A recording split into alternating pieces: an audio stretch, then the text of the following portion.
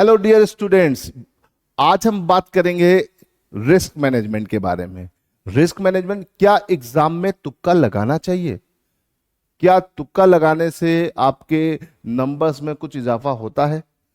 क्या negative marking का डर है आपको? तो ये सब चीजों का ध्यान रखिए।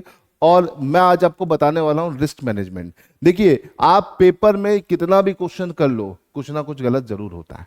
आपकी एफिशिएंसी 100% बेटा ना के बराबर होती, मतलब होती ही नहीं है। मतलब 90% एफिशिएंसी तक बच्चा चलता है, 100% नाम की कोई जल्दी चीज होती नहीं है ना। तो इसे ध्यान रखिएगा। तो हमेशा याद रखिए, पेपर में गैट के पेपर की मैं बात कर रहा हूँ, मैथ्स में कभी भी आप तुक्का मत लगाइए अनटिल अनलेस टीचर ना बोले आपसे, ठीक है। तो मैं यहाँ पे बात कर रहा हूँ कि किस तरीके से आपको रिस्क मैनेजमेंट करना है। देखो, आप जब गैट का पेपर देते हो बेटा, तो आपको क्या है, आपके पास 150 क्वेश्चंस होते हैं। कितने होते हैं? 150 क्वेश्चंस होते हैं।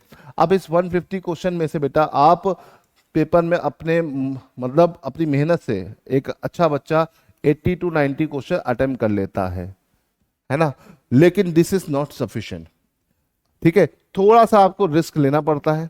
तो मैं आज आपको रिस्क मैनेजमेंट की टेक्निक बता रहा हूं। बच्चे कहते हैं सर हम तुक्का नहीं लगाएंगे, तुक्का लगाने से हमको निगेटिव चला जाएगा, ये हो जाएगा। तो देखिए, ध्यान दीजिए, मेरी बात को ध्यान से सुनना।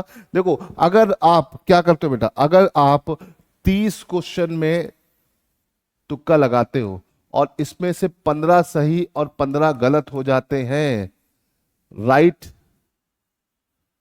15 और रॉन्ग 15, तो आप क्या, आप को फायदा है कि नुकसान है? तो देखो, आपका यहाँ पे फायदा है, ठीक है। यहाँ पे 5 क्वेश्चन चला जाएगा, 10 क्वेश्चन का तब भी फायदा है, ठीक है।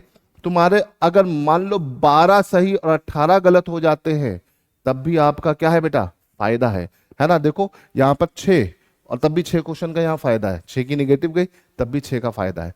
9 और हम यहाँ पे 21 मान ले बेटा, यहां पर भी आपका फायदा है। देखो, 7 क्वेश्चन की नेगेटिव गई है और 2 क्वेश्चन का फिर भी आपको फायदा है, 8 नंबर का फायदा है ना। तो देखो, यहां तक आपको फायदा हो रहा है। अब देखो 6 और 24, तो बेटा यहां पर आप चले जाओगे क्या, निगेटिव।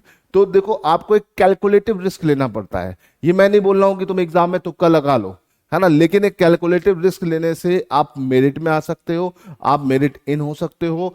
तो इसे ध्यान रखिएगा, ठीक है। ये जो चीजें मैं बता रहा हूं ये बहुत इंपॉर्टेंट है। एग्जाम का प्रेशर यही होता है और एग्जाम में बच्चा इन्हीं सारी चीजों से सिलेक्ट होता है। तो इसे ध्यान रखिएगा और मुझे बताइएगा कि आप तुक्का लगाना चाहते हैं कि नहीं, कमेंट में जरूर बताइएगा।